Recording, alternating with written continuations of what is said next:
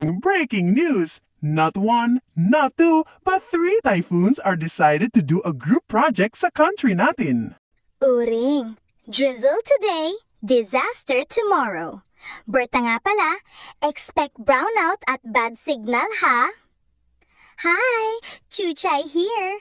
I bring class suspensions nga pala and surprise baha, so you need to linis the estero na.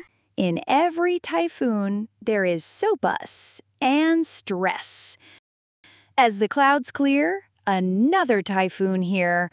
Hi guys! Namiss ko kayo. Pahabol, ulan lang.